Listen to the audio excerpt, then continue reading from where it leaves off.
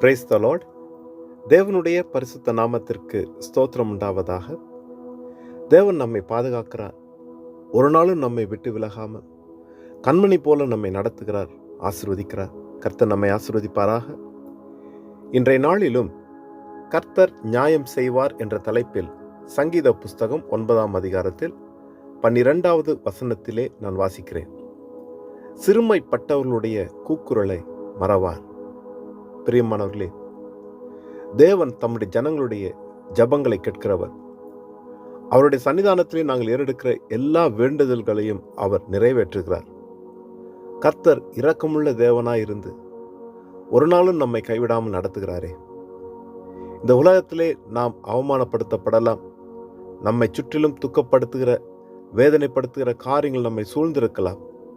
ஆனால் கர்த்தர் தம்முடைய ஜனங்களை மறவாதவர். தம்மை நோக்கி இரவும் பகலும் கூப்பிடுகிற அவரால் தெரிந்து கொள்ளப்பட்டவர்களுடைய ஜபத்தை கேட்கிற தேவன் என்று வேதத்தில் எழுதப்பட்டிருக்கிறது. அவர் நியாயம் செய்கிற தேவன். அவர் தம்முடைய ஜனங்களை விட்டு விடாமல் ஏற்ற காலத்துக்குரிய நன்மைகளினாலே அங்கு நிறைத்து ஆசீர்வதித்து நடத்துகிறார். இஸ்ரவேல் ஜனங்கள் 400 வருஷம் எகிப்திலே இருந்தார்கள்.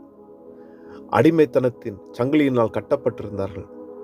ஆனாலும் ஏற்ற நேரத்திலே, குறித்த காலத்திலே கர்த்தர் அவர்களுடைய அந்த பெருமூச்சை கேட்டார்.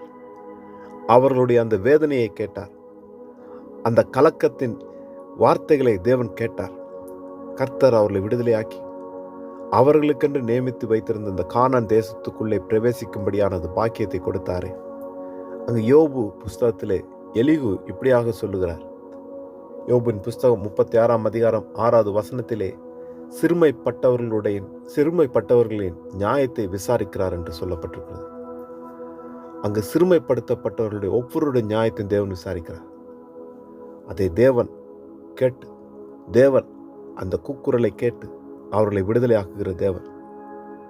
கர்த்தருடைய சமூகத்திலே நாம் நம்மை தாழ்த்தும் பொழுது ஆண்டவர் நம்மை உயர்த்துகிறார். எத்தனை போராட்டங்கள் வந்தாலும் சரி, எத்தனை துக்கப்படுத்துகிற வேதனைப்படுத்துகிற இருதயத்தை அசைக்கிற காரியங்கள் வந்தாலும் சரி, கர்த்தர் நம்மோடு கூட இருக்கிறாருங்க. நிச்சயமாய் நம்மை அங்கு நடத்துவார். நிச்சயமாய் நம்மை பெருகும்படிக்கு, தலை நிமிர்ந்து வாழும்படிக்கு தேவன் உதவி செய்வார். தீமைகள் தோற்று போகும். எழும்பி நிற்கிற மேற்றின்மைகள் எல்லாம் தோற்று போகும். கர்த்தர் உயர்ந்திருப்பார். கர்த்தர் தலை நிமிர்ந்து வாழ செய்வார். கர்த்தர் தம்முடைய ஜனங்களை ஒரு நாளும் கைவிட மாட்டார்.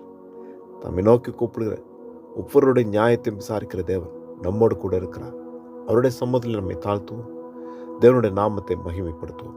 இரக்கமுள்ள நல்ல தகப்பனே, இந்த காலை நேரத்துக்காக உமக்கு நன்றி செலுத்துகிறேன்.